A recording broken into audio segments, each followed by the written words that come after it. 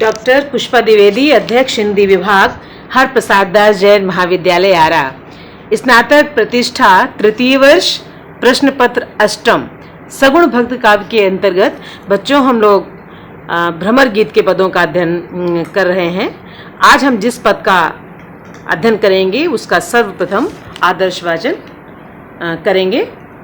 ऊधो मोहि ब्रज बिसरत नाही, हंस सुता की सुंदर कगरी, अरु कुंजन की छाही, वै सुरभि वै बच्छ दोहनी, खरिक दुहावन जाही। ग्वाल बाल सब करत कुलाहल, नाचत गही गई बाही, यह मथुरा कंचन की नगरी, मनि मुक्ताहल जाही। जब ही सुरत यावत वा सुख की, जिय उमगत तनु माही, अनगन भांति करी बहु लीला, जसुदा नंद निवाही। सूरदास प्रभु रहे मौन भय, यह कही कई पछताई। प्रस्तुत पद में कृष्ण उद्धव से बहुत ही दुखी होकर कहते हैं, क्या कहते हैं कि ऊधो मोहि ब्रज बिसरत नाही, बिसरत भूलना हे उद्धव, मुझे ब्रज की याद मेरे मन से नहीं जाती है। कितना भी मैं भूलने की कोशिश करता हूं, लेकिन वो याद मेरे मन से बिल्कुल एक क्षण के लिए भी नहीं जाती है। और उस ब्रज की सारी स्थितियों का वर्णन करते हुए कहते हैं, उनको पुनः याद करते हैं। क्या कहते हैं कि हंस सुता की सुंदर कगरी, अरु कुंजन की छाही।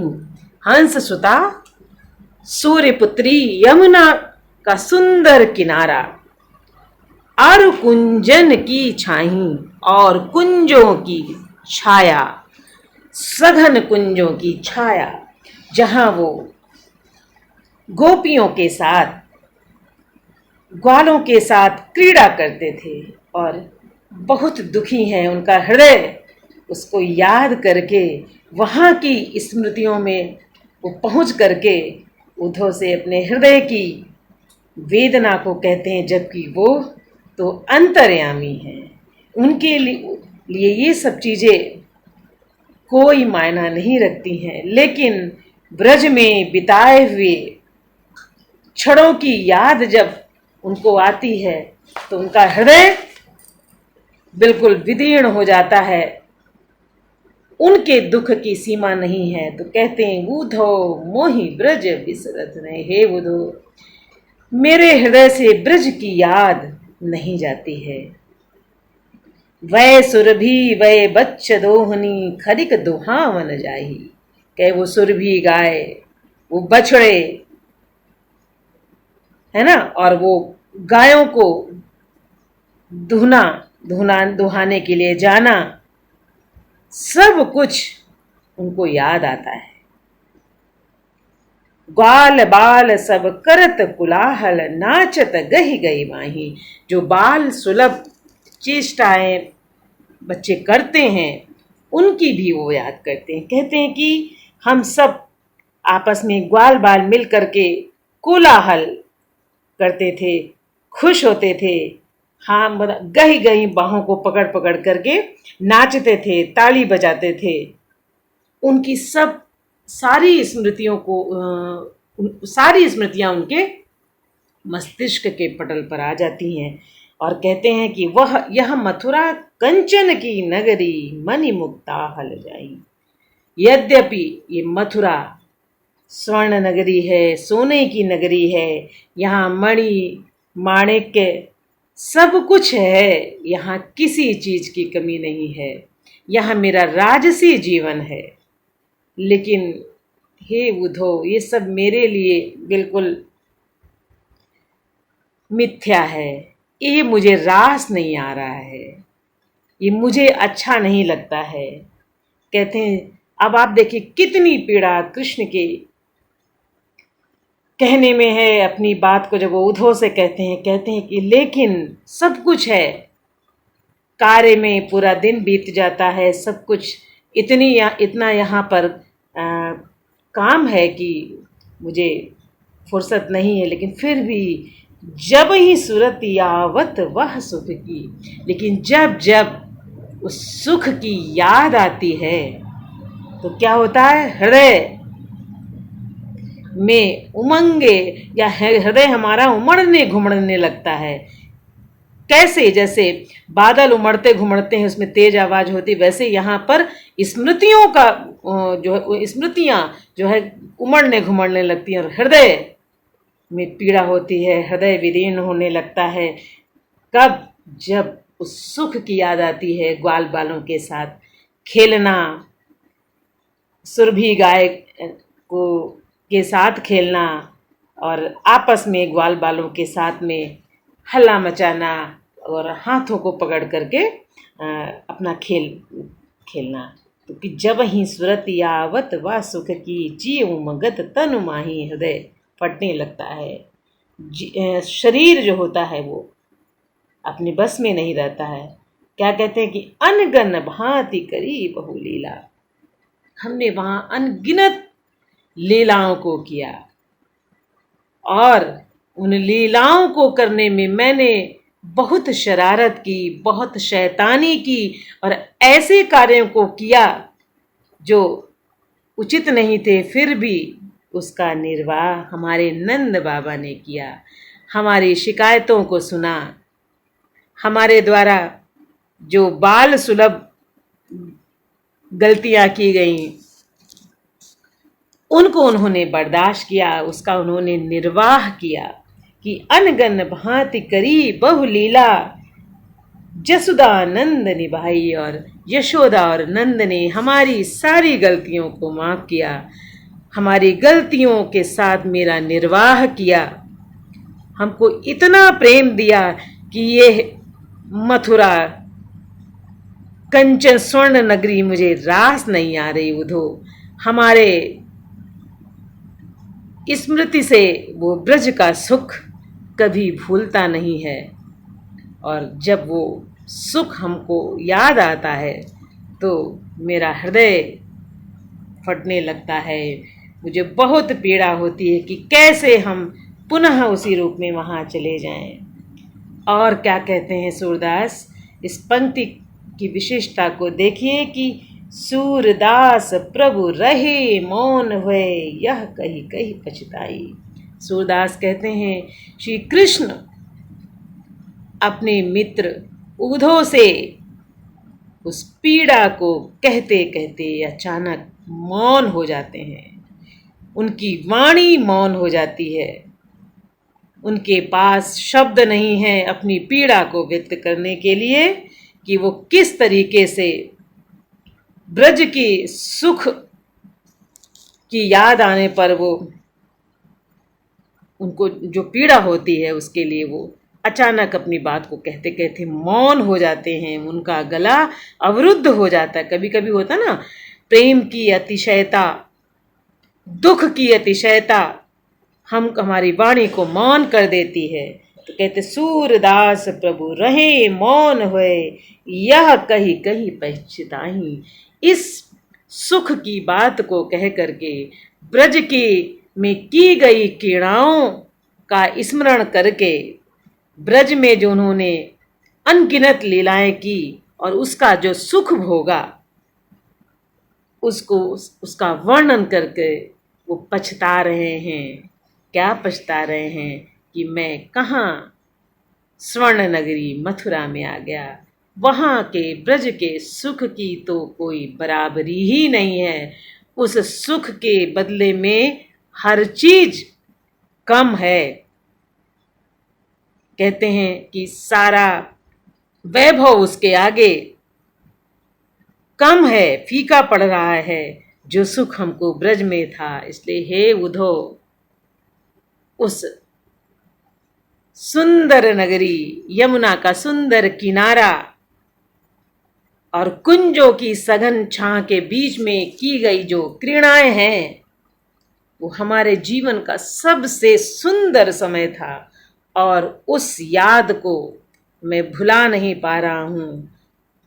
इतना समय हो गया फिर भी हमारे स्मृति पटल से वो स्मृतियां ओझल नहीं हो पा रही हैं। ये कंचन की नगरी, स्वर्ण नगरी मथुरा हमको वो सुख नहीं दे पा रही है जो सुख ब्रज में मुझे था। प्रस्तुत पद में सूरदास जी ने कृष्ण के हृदय के जो भाव हैं, उनकी जो पीड़ा है, उसका बहुत ही सुंदर और मार्मिक वर्णन किया है, जिसको